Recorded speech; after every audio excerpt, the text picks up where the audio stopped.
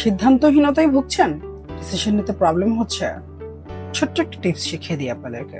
যে কোনো ক্রাইসিস মোমেন্টে কিভাবে ওই প্রবলেমটা হ্যান্ডেল করবেন, সেটা হচ্ছে stop technique. S S means stop. যে কোনো একটা লাইফের যে কোনো একটা প্রবলেম যখন হবে, থেমে যাবেন। T T means take a step back.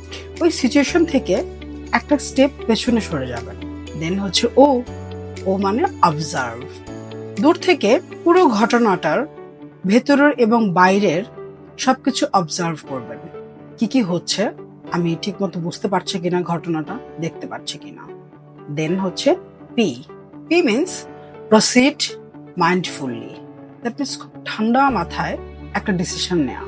ধরুন আপনার খুব রাগ হলো, রাগ হওয়ার পর আপনার মনে হলো বাসায় ধরুন 1 লাখ টাকার টিভি আছে, আপনার খুব রাগ হয়েছে, আপনি টিভিটা ভেঙে ফেলবেন।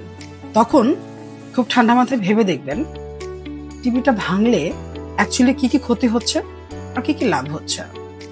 টিভিটা ভাঙলে কি আপনার প্রবলেম সলভ হয়ে যাবে? তা কিন্তু হবে না, বরং 1 লাখ টাকা লস হয়ে যাবে।